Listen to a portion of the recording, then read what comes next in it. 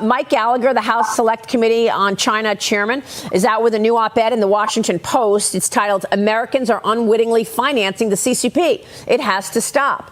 Gallagher writes this: millions of Americans have become financial backers of the CCP without knowing it. Their savings are funding companies that build weapons for China's People's Liberation Army, as well as companies involved in the ongoing genocide in Xinjiang. Robert, I mean, this is the issue that I'm talking about when I say this president is so soft on China. He comes out with an executive order that is supposed to limit investment in technology, and yet it doesn't begin for a year. It's incredibly narrow, and the capital markets are completely left out and left open. Why did Joe Biden send a memorandum of understanding? He signed this MOU back in 2014, which allowed thousands of Chinese companies to trade on our U.S. exchanges and not follow SEC accounting rules. So what is your reaction to all of these funds that have opportunities for investors to buy into Chinese stocks, which are actually companies tied to the Chinese military?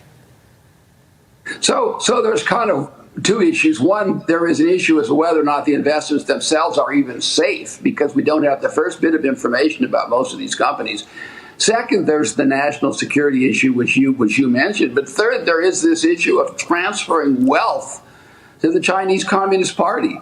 I mean, I think it is hard to believe, but I think that this administration is, and I take the secretary at her word, she said she was there to encourage more business and, quote, more investment.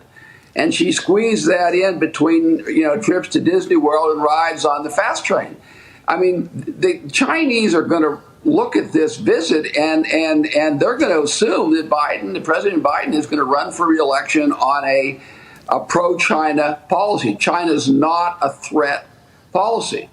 And this notion that you can protect just a handful of technologies and that will defend you on a national security basis is just fundamentally wrong. We need a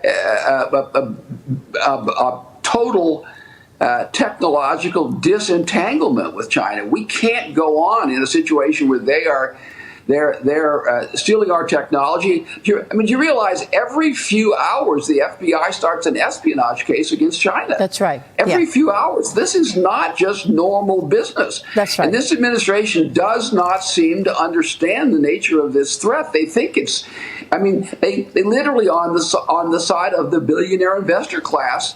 And not on the side in New York and in California, and not on the side of American workers and the small businesses that are the ones that are being affected by this very, very unbalanced economic relationship. It's we need some kind of strategic decoupling.